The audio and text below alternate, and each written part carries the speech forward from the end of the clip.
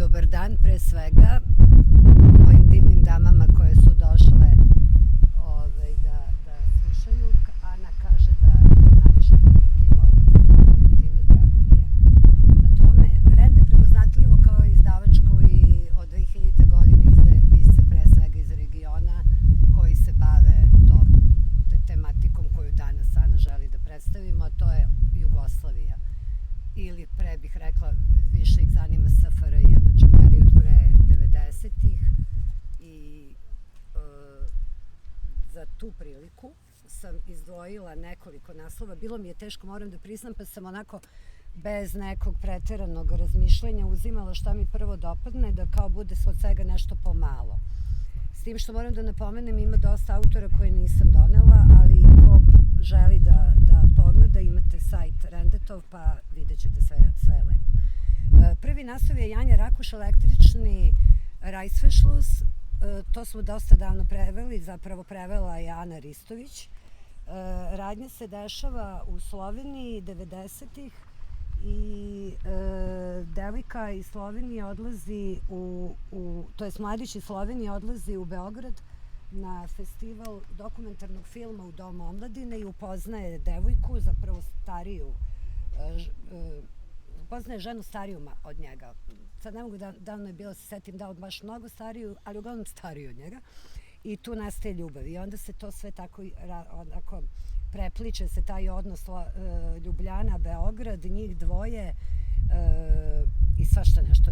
Preporučujem. Evo, dobra je knjiga, vidite, i omat je zanimljiv. Ko zna šta je na omotu, znaće. I to je važno da ta knjiga ostaje u čitaonici. I sve knjige ostaju u čitaonici, poklanjamo, a mogu da... Možete ovde da ih listate i čitate. Da, tako je. A posle ću još knjiga za čitaonicu koje danas nisam donela da predstavim jer nemamo puno vremena. Jugoslavija moja dežela Gorana Vojinovića. Goran Vojinović je slovenački autor koga smo mi, kao i sve u ostalom, prvi počeli da objavljujemo.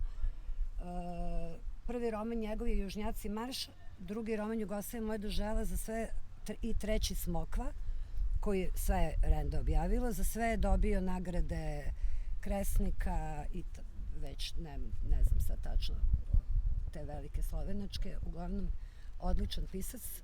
Sa slovenačkog ovaj roman je prevodila Dragana Bojanić-Tijardović. I Jugoslavija moja dežela govori o dečaku koji je rođen u Sloveniji, otac mu je vojno lice, mislim da je tata Bosanac, mama Srpkinja ili uglavnom ima veze sa Srbijom.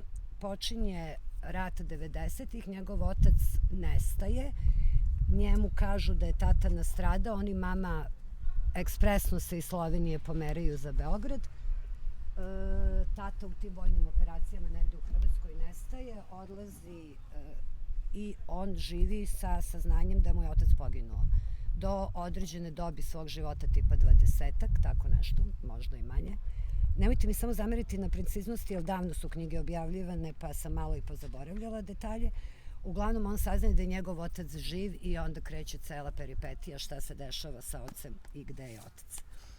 Izložen je Barbi Marković u iščekivanju novog romana je 90. u Beogradu, 3 drugarice najbolje, ovo je isto lepo, najbolje izlaze non stop partijaju i naravno smore se neviđeno posle svih tih silnih partijanja, koji svi mi koji smo partijali ko klinci non stop smoriš se, znaš i ko će dođe i kako će da izgleda i šta će da obuče i koju muziku, kojim redom DJ pušta, ali ideš kao nadaš se bit će nešto bolje. Ne bude nikad bolje, bude sve gore.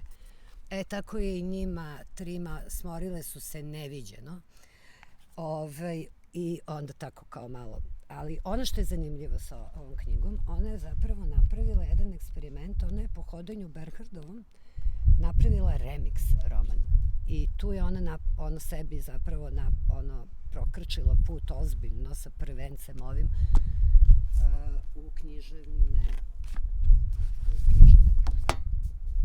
Jesu nekoncizna ili je ovo samo okej? Okej, nije lako ovako da se priča. Arpad Nađa Bonji do Budimpešte i nazad u prevodu Marka Čudića sa mađarskog. Radnja isto 90-ih, Mađar koji je rođen u Srbiji, zbog rata kao i svi u ostalom, beži, sklanja se, ne beži, nego sklanja se u Budimpeštu i onda taj zapravo izbeglički život u zemlji kojoj on negde pripada, jer je Mađar, a koji u stvari ne pripada jer nije tamo rođen, a onda opet Srbija koja je u situaciju kako je bila 90-ih. Malo je mračan roman, ali jako dobar, ja ga jako volim. Evo čak ima i Teofilov prikaz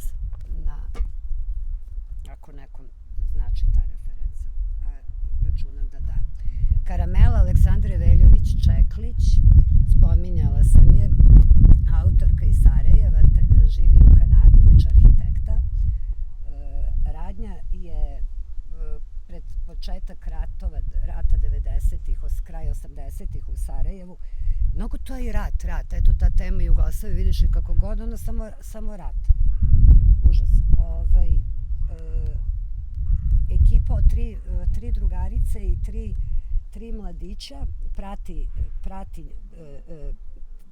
prati njih i oni sad smišljaju, mislim svašta smišljaju, pošto su ekstra dokoni, a i onako ne mogu da kažem baš lenji, a i nije da su vredni, jer samo gledaju kako će da izmisle neki posao, kako da zarade pare. I onda smisle da neki čaj koji sami beru, neku travu i prodaju svima živima i tu zarade silne pare za mršavljenje i na kraju reše da snime pornić i naravno sa tim pornićem naprave haos, jer tu iz tog pornića su oni imali neke maske, a imali su maske da bi se krili, da niko identitet ne bi prepoznao.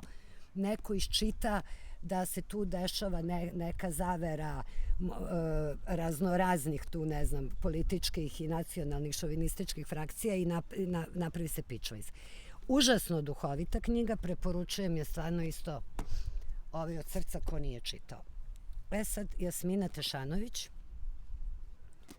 ovo je njen